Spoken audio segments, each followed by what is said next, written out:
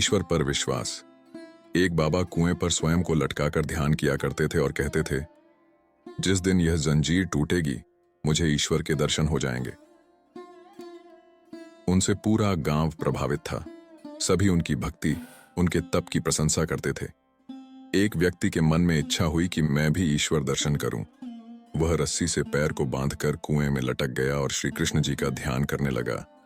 जब रस्सी टूटी, उसे श्री कृष्ण जी ने अपनी गोद में उठा लिया और दर्शन भी दिए। तब व्यक्ति ने पूछा, आप इतनी जल्दी मुझे दर्शन देने क्यों चले आए, जबकि वे बाबा तो वर्षों से आपको बुला रहे हैं। कृष्ण बोले, वो कुएं पर लटकते जरूर हैं, किंतु पैर को लोहे की जंजीर से बांधकर। उन्हें मुझसे ज्यादा जंजीर पर विश्वास है। तुझे खुद से ज्यादा मुझ पर विश्वास है, इसलिए मैं आ गया। आवश्यक नहीं कि दर्शन में वर्षों लगें।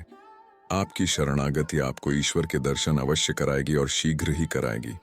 प्रश्न केवल इतना है, आप उन पर कितना विश्वास करते हैं। ईश्वर सभी प्राणियों के हृदय में स्थित हैं। शरीर रूपी यंत्र पर छड़े हुए सब प्राणियों को वे अपनी माया से घुमाते रहते हैं। इसे हम सदैव याद रखें और बुद्धि में धारण करने के साथ व्यवहार में भी धारण करें। ईश्वर पर विश्वास अटूट होना चाहिए। भरत जी जब कहते हैं कि वह खेल में भी मुझे हारा हुआ नहीं देख सकते, तो उनसे कैसे विश्वास टिका दूं। हरा ही खेल, जिता वही मोही। विश्वास को मापा नहीं जा सकता, जीवन में जिया जाता है। मैंने कभी प्रभु से कुछ मांगा ही नहीं, क्योंकि उसने खुद पहले से ही ध्यान रखा। जब भी किसी मंदिर जाता हूं, बस उसकी मूर्ति की आंखों में एकटक देखने की इच्छा होती है।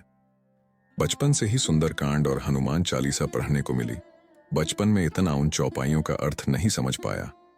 अब पढ़ता हूं तो लगता है कितना भगवान अपने भक्त का ध्यान रखते हैं।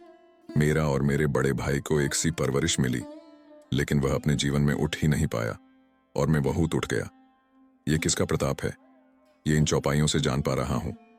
भगवान खुद कहते हैं, निर्मल मन जन सोई मोहे पावा, मोहे कपट छल छिद्र न भावा, तजी मद मोह कपट छल नाना, करूं सद्यते ही साधु समाना, जननी जनक बंधु सुतदारा, तनु धनु भवन सुहृद परिवारा।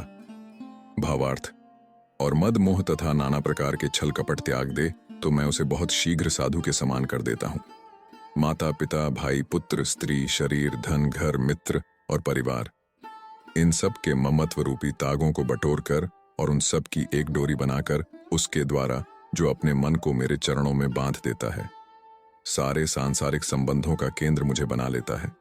जो समदर्शी है, जिसे कुछ इच्छा नहीं है और जिसके मन में हर्ष शोक और भय नहीं है, ऐसा सज्जन मेरे हृदय में कैसे बसता है, जैसे लोभी के हृदय में धन बसा करता है।